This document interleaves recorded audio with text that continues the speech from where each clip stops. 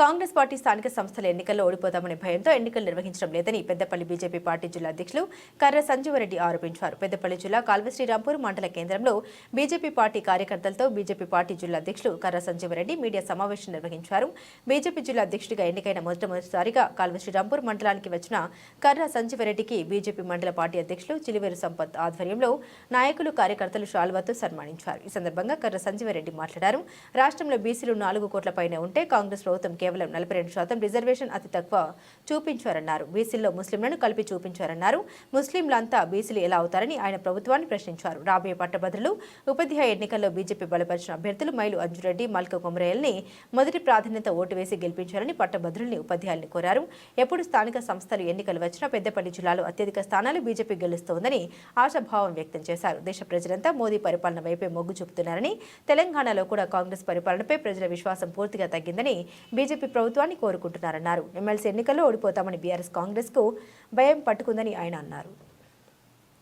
అందుకే BRS party అభ్యర్థులను ఇంకా ప్రకటించలేదని, కాంగ్రెస్ ప్రభుత్వం డబ్బులున్న విద్యా సంస్థల నేతకు డబ్బులు తీసుకుని టికెట్ ఖరారు చేశారని ఆరోపించారు. వచ్చే స్థానిక సంస్థల ఎన్నికల్లో బీజేపీ పార్టీ అన్ని స్థానాల్లో గెలిచేందుకు ముందుకు వస్తుందన్నారు. ఈ కార్యక్రమంలో బీజేపీ నాయకులు, కార్యకర్తలు తదితరులు ఉన్నారు.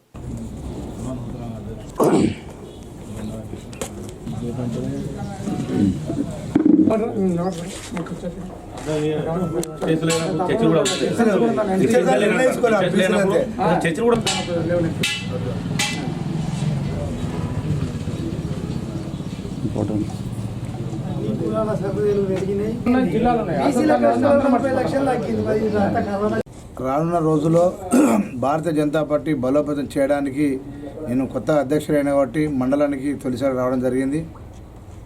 అలాగే ఈరోజు రేపు జరగబోయే ఎమ్మెల్సీ ఎన్నికల్లో భారతీయ జనతా పార్టీ నుండి గ్రాడ్యుయేషన్ ఎమ్మెల్సీ అంజిరెడ్డి గారు, అలాగే ఉపాధ్యాయ ఎమ్మెల్సీకి వెళ్ళి మల్క కొమరయ్య గారిని అత్యధిక మేరతో గెలిపించవలసిందిగా ఈ కాళశ్రీరాంపూర్ పేర్లను కానీ ఈ మా పెద్దపల్లి జిల్లా అవసరాన్ని కోరుతూ ఉన్నాం.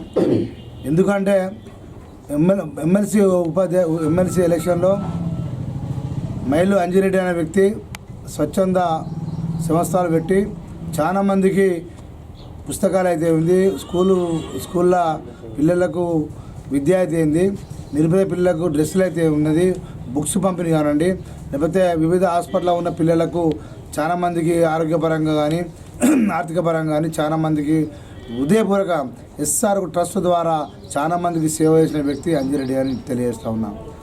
అదే ఉపాధ్యాయుల మన ముద్దుబిడ్డ ఉపాధ్యాయ ఎమ్మెల్సీ మల్క కొమరయ్య గారు ఒక వెసా కుటుంబంలో పుట్టి ఇవాళ చిన్నతనంలో తండ్రి చనిపోయినా కానీ ఆ శ్రమను తండ్రి చనిపోయిన బాధను మిగవేనుకుంటూ ఇలా ఆయన ఒక ఉపాధ్యాయునిగా పెద్ద ఇంజనీర్ ఎదిగి ఇవాళ హైదరాబాద్ స్థిరపడి మన పెద్దపల్లి వాసాలు ముద్దుబిడ్డ మున్నూరు కాపు ముద్దుబిడ్డ మల్క కొమరయ్య గారు ఇవాళ స్థిరపడి వాళ్ళ ఎమ్మెల్సీ ఎలక్షన్ నిలుచున్నాడు. మేము మనం గతంలో నిల్చున్న వాళ్ళకి చెప్తా ఉన్నాం, కాంగ్రెస్ ప్రభుత్వం ఉన్నది ఎమ్మెల్సీ ఎలక్షన్ వాళ్ళకే భయపడ్డది. అది ఎమ్మెల్సీ ఎలక్షన్లో ఒక నరేంద్ర రెడ్డి డబ్బులు తీసుకొని కోట్లాది రూపాయలు ఉన్న నరేంద్ర రెడ్డి డబ్బులు తీసుకొని ఒక గ్రాడ్యుయేషన్ ఎలక్షన్ మాత్రమే ఒకటే పొడి పెట్టింది. మరి ఇలా వరంగల్ ఎమ్మెల్సీ కానీ ఇవాళ కరీంనగర్లో ఉన్నా కానీ మెదక్లో ఉన్న ఏ ఒక్క ఎమ్మెల్సీ వాళ్ళు పోటీ పెట్టలే. అలాగే టీఆర్ఎస్ ప్రభుత్వం అట్లా ఉన్నది. గతంలో టీఆర్ఎస్ ప్రభుత్వం 10 సంవత్సరాలు పనిచేసింది. మరి వాళ్ళతో భయపడ్డారు అంటే వాళ్ళు చేసిన తప్పులు ఎత్తి చూపుతున్న భయంతో ఇలా కాంగ్రెస్ కానీ టీఆర్ఎస్ కానీ ఎవరు మాత్రం ఎమ్మెల్సీ పెట్టలేదు. దానిగా భారతీయ జనతా పార్టీ అంతా దేశం అంతా భయపడుతూ ఉన్నది. కాంగ్రెస్ ప్రభుత్వం భయపడుతూ ఉన్నది. వివిధ దేశాలన్నీ భయపడుతూ ఉన్నాయి. నరేంద్ర మోడీ గారు వచ్చిండ్రు. హిందుత్వం అంతా ధర్మం, హిందుత్వం అంతా ఒక దిక్కు ఉన్నది. ఇవాళ మనం ఏం చేసినా మనం ఓడిపోతామన్న దృష్టితోని వాళ్ళు అలా ఎమ్మెల్సీ మాత్రం వాళ్ళు దూరంగా ఉన్నారు. మేము ఒకటే గ్రాడ్యుయేషన్ కానీ ఉపాధ్యాయులు కానీ మేము ఒకటే కోరుతూ ఉన్నాం.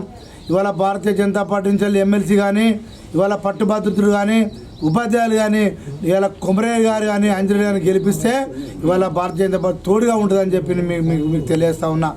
ఈ ప్రభుత్వానికి ఇవాళ వాళ్ళు మేము ఎక్కడైతే మేము ఇవాళ జిల్లా అధ్యక్షునిగా మేము ఎన్నికైన తర్వాత ఎమ్మెల్సీని మొట్టమొదటిసారిగా ఎమ్మెల్సీని గెలిపించుకుంటాం.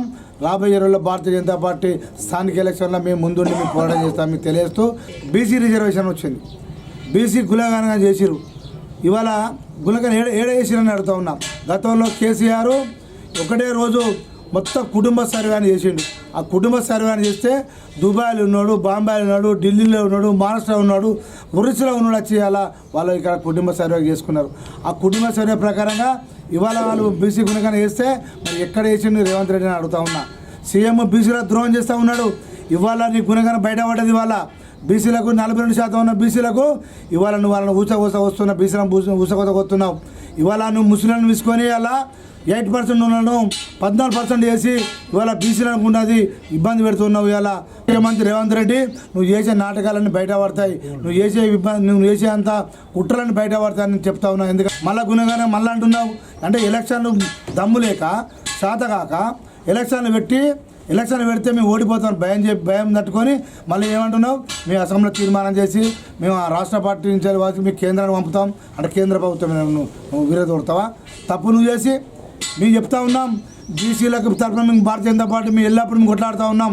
మీరు చేసే తప్పులని మేము ఎత్తు చూపుతామని చెప్పి తెలియజేస్తా ఉన్నా.